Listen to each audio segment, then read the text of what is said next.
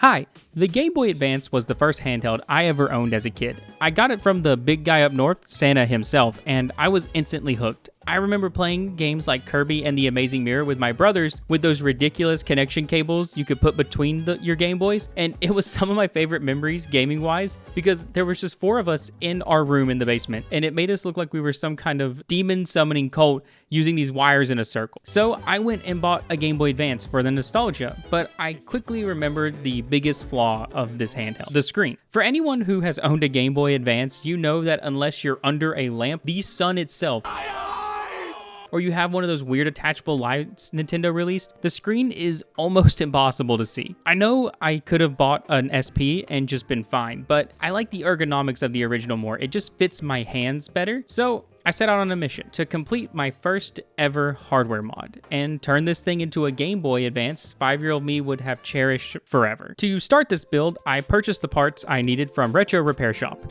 Shout out them, they're goated. The shipping was so quick. I got a nice pink translucent shell, a mixture of opal and clear buttons, and of course, the new screen. This screen is the Funny Playing M2 IPS screen, and oh boy, it gets bright.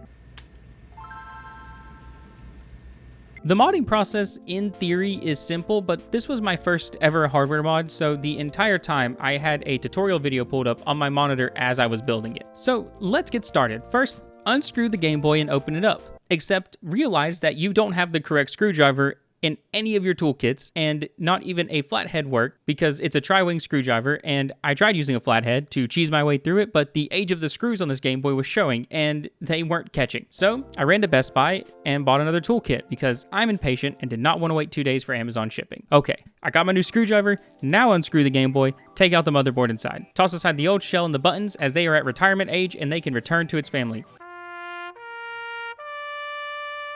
God bless you, soldier.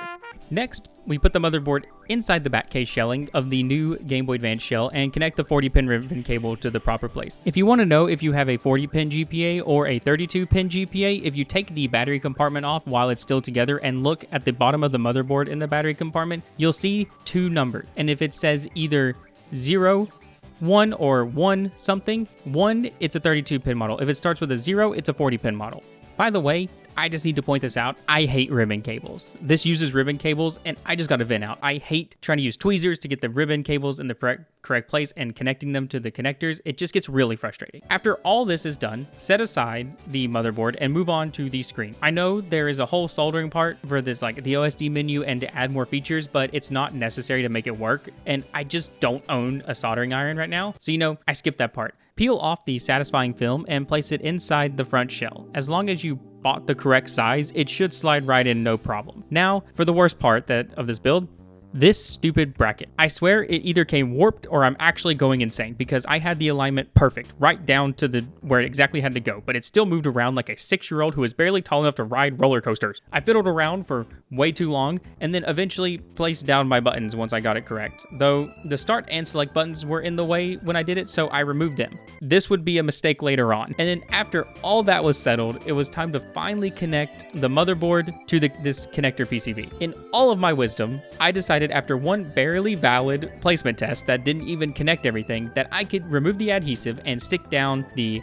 PCB screen connector no problem. So I did it and then attempted to connect the motherboard to it, and oh, look at that, the PCB is too far up and blocking my bracket. Great! So I took the adhesive off and suffered the consequences of my own actions as I now had to do this whole thing with a moving part. Eventually, I got everything connected and I slid the motherboard on top of everything and got it lined up so I could screw it in and secure everything. Also, ignore the noise the plastic is making as I had to thread the screws in because it's plastic. After all this, I put this tiny little card in between the PCB and the motherboard since they are literally touching because you messed up the adhesive. Good job, Orion. And after this, I attempted to put the L and R buttons on before realizing I spent 10 minutes putting them on backwards and then proceed to wonder if I really am just that stupid. I wish I was kidding how long it took me to realize that I don't know my left from my rights and I was putting the L button on the R place and the R button on the L place. So fix the L and R button, screw in the back half of the shell, turn on the GBA, and well, that's not good. Hello, future editing Orion here. Unfortunately, this next section where I was about to tell you the issues I just had with it, the footage completely corrupted and I no longer have that. So what you're gonna see in the background is someone else having the exact same issue I did as I tell you what I fucked up. Sorry about that, continue the video.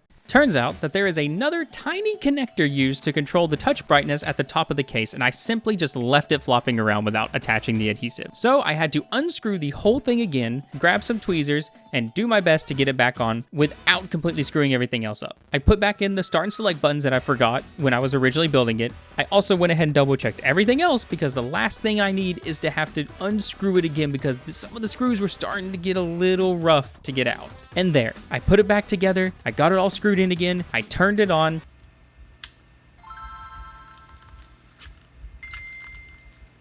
and I had a working modded Game Boy Advance. Look, this was my first hardware mod ever, and even though it was not complicated, I'm not surprised that I made some really funny and stupid mistakes. Figured out this stupid L button, Jesus.